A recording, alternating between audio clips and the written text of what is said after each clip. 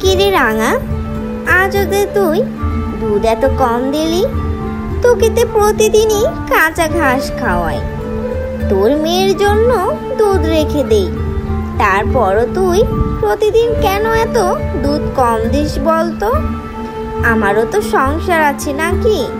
তো দুধ বিক্রি করেই তো আমাদের সংসার চলে, আমাদের তো অন্য কোথাও থেকে কোনো টাকা আসে না। গিয়ে দেখি কোথায় গিয়ে লোকটি বসে আছে। ঘরে তো আজ কোনো বাজারও নেই, কি রান্না করব? আর তোদের জন্য কোনো খাবারও আজ নেই।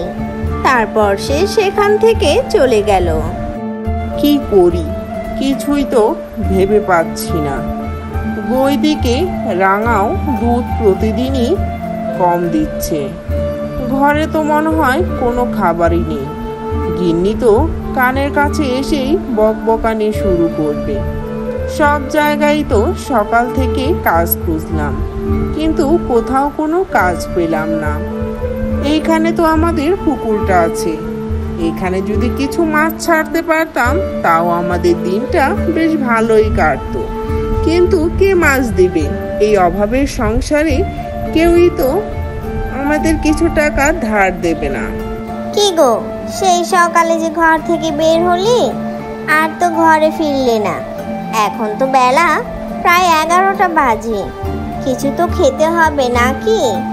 তুমি যে দুধ বিক্রি করে মহাজনে টাকা দিতে চলে গেলে, ঘরে যে কিছু নেই, কি রান্না করব আর কি খাবে সেদিকে কি তোমার খেয়াল আছে? আর তুমি কি না আমাদের এই পুরনো পুকুর পাড়ে এসে দাঁড়িয়ে দাঁড়িয়ে কি ভাবছো? অনেকক্ষণ ধরে আমি খেয়াল করে আসছি। ও গিন্নি, তোমারে আর আমি কি কমু কও? তুমি তো সবই জানো। সকাল থেকে সব জায়গায় কাজ খুঁজতে গেছিলাম, কিন্তু কোথাও কোনো কাজই খুঁজে পেলাম না। সব জায়গায় কাজ দেখলাম, কেউ আমাকে কাজ দিতে রাজিই হলো না। তাই কাজ না পেয়ে আমাদের এই পুরনো পুকুর পাড়ে এসে দাঁড়াই। এখানে দেখো গিন্নি কত ঠান্ডা বাতাস। আর ভাবছি আমাদের যদি কিছু টাকা থাকতো তাহলে কিছু মাছ এখানে আমরা চাষ করতে পারতাম। আমাদের এই অভাবের সংসারে কিছু তো মাছে বিক্রি করে আয় আমাদের হতোই, আবার রাঙা কিছু দুধ দিত। এভাবেই আমরা আস্তে আস্তে দুমুঠো দুবেলা খেয়ে ভালোই থাকতে পারতাম। থাক বাবা, আর কিছু তোমার চিন্তা করতে হবে না। এখন চলো বাড়ি যাই, দেখি রান্নাঘরে কোনো খাবার আছে কিনা। আর যেটুকু আছে ওটুকু দিয়েই দুজন খেয়ে দিনটা পার করে দিই, তারপর কালকেরটা কালকে চিন্তা করা যাবে। আর হ্যাঁ, তুমি ঠিকই বলেছো, এখানে যদি আমরা কিছু মাছ চাষ করতে পারতাম তাহলে অবশ্যই আমাদের ভালোই হতো। ঠিক আছে গিন্নি, তাহলে এখন চলো আমরা দুজনে বাড়ি ফিরে যাই। তারপর তারা দুজনে পুকুর পাড় থেকে তারা বাড়ির দিকে রওনা হলো। বাড়িতে এসে গিন্নি, তাহলে তুমি ঘরে গিয়ে দেখো কিছু আছে কিনা। আমি বরঞ্চ এখানেই রাঙার কাছে বসে থাকি। রাঙাকে নিয়ে মাঠে যেতে হবে, ওর পেট ভরে খাবার খাইয়ে নিয়ে আসতে হবে, না হলে যে ও দুধ যে বেশি করে দেয় না। ঠিক আছে, তাহলে তুমি বসে থাকো, আমি গিয়ে দেখি ঘরে কোনো খাবার আছে কিনা, তাই রান্না করে নিয়ে আসি। তারপর গিন্নি তার জন্য রান্না করতে চলে গেল। ঠিক সে সময় সেখান দিয়ে এক বুড়ি যাচ্ছিল। বুড়ি তাকে দেখে বলল, বাবা, আমার খুব খিদে পেয়েছে, আমাকে কিছু খাবার দে না। আমার ছেলে মেয়ে আমাকে বাড়ি থেকে বের করে দিয়েছে, তাই আমি আজ ভিখারি হয়ে রাস্তায় রাস্তায় ঘুরে বেড়াচ্ছি। তখন সেই গরিব লোকটি বলল, আহা বুড়িমা, তুমি দাঁড়িয়ে আছো কেন? এখানে বসো। আজ আমাদের বাড়িতেও তেমন কোনো খাবার নেই। আমি আমার গিন্নিকে ডাকছি, দেখি আমরা যদি কিছু খেতে পারি তাহলে তুমিও খেতে পারবে।